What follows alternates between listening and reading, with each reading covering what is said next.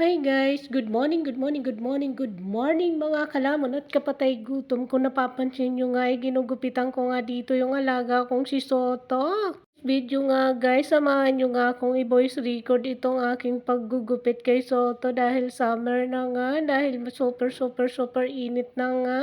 Ako nga sa dyan bandang ulo, dahil dyan yung inuuna ko parati. Dyan si Jiki, sabi ko nga sa kanya, umalis ka na nga dyan baby kasi hindi ka naman kasali dito sa paggugupit ko. Nga nandito pa rin ako sa pagmumukha ni Kuto. Pansin nyo nga, hindi siya dyan nagpupumiglas dahil nga mabait nga yan si Soto. Hindi yan pumipiglas kapag ginugupitan. Maliban na nga lang dyan sa paa niya. Nga paulit-ulit ko nga dyan nininipisan yung sa may mukha niya kasi nga pahaba na siya ng pahaba.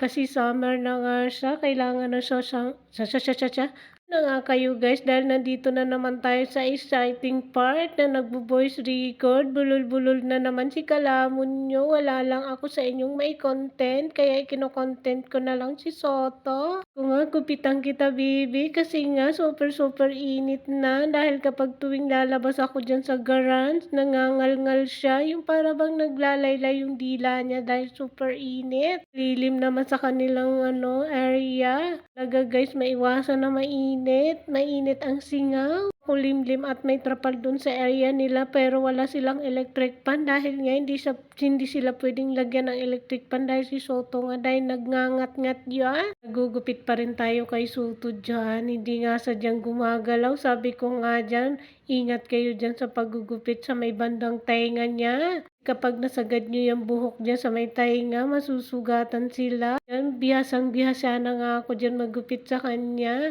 Alam na alam ko kung ano yung masakit sa kanya dyan at nasasaktan siya. Parting eyes niya, alam ko naman na may eyes yan dyan. Baka mamaya ibabas nyo na naman ako dahil baka nasasaktan si Soto sa may bandang mata. Mag-alala mga kalamon at kapatay gutom, alam ko naman kung gaano ko kinaingatan yung mata ni Soto dyan, tsaka yung mukha niya at yung tainga niya. Ayaw ko sa lahat yung nagdudugo-dugo siya sa paggugupit ko sa kanya. Forward nga, nandito pa rin ako sa paggugupit kay Soto, di ba nakahiga na siya.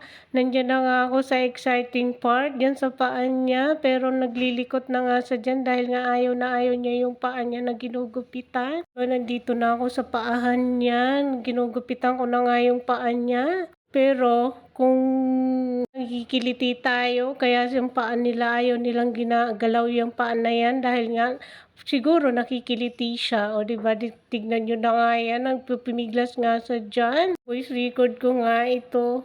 Yung sa pinakauna-una dyan, nakita nyo ba si vlogger girl nyo? Nandun siya sa gilid dahil natatakot nga yan dahil kapag siya na ang gugupitan, ayaw na ayaw niya talaga siyang ginugupitan, lalo na sa pagmumukha at paan niya. Sa lahat ni vlogger girl nyo yung ginagalaw yung paan niya, saka yung yung mukha niya. Kahit saan dyan, okay na okay sa kanya. Ang talagang paang ayaw niyang ginagalaw kasi nga siguro nakikiliti siya. Yan, nandito na nga ako sa pangalawang video. Nandito na nga ako sa may toy-toy niya. Dahil ingat na ingat nga ako dyan sa may toy-toy niya kasi pututoy niya yan. Mamaya masagi natin yung pututoy niya. Pati yung itlog niya baka matanggal. Char! Ko na dito guys maggupit kay Soto dahil nga si Soto bata pa lang yan. Hindi yan nagpupimiglas dahil sanay na sanay yan na paggugupit niya sa kanyang buhok. Ngayon nagugupitan sa grooming. Ako lang talaga nag-groom sa kanya. Niya. Yan ang aso na tuwala dito dahil nasa condo siya. Nag-aalaga ng mga dog niya dito. Dalawang dog niya nga yung inaalagaan ko dito. Yung nakita niyong malaking aso, si Jake yun. Sa kanya tumabi na lang siya kasi hindi naman siya kasali sa pag-groom ko sa kay Soto. Kayo at bulol-bulol at utal-utal ako dahil ayaw ko talaga sa lahat yung nagbo-voice record ako. Kaya ako nga ito binoise record kasi maingay kasi itong pang-groom kasi nga luma na ito pero pwede pa. Hindi pa ako ng bago. Kailan pa darating yun? Na tong alaga ko kaya pinagtsatsagaan ko na lang tong pang-grooming niya kasi wala pa kaming pambili. Pa nga kaming pambili niya kaya pinagtsatsagaan ko yung lumang pang-groom niya. Akala mo grooming talaga yan, hindi naman yan totoong grooming. Pinag-aralan ko nga yan, guys. Nga ako na nag-groom ng aso, tinitignan ko paano yung technique nila. So, ayun, nakita ko naman, guys, kung paano yung technique nila. Basta ingatan nyo lang yung balat nila na hindi sila mag-trigger. Stop forward nga, binuhat ko nga siya dyan dahil nga nalubat yung ating pang-groom. So, yun lang. Maraming salamat. Bye-bye mga kalaman at kapatay guto. Bye!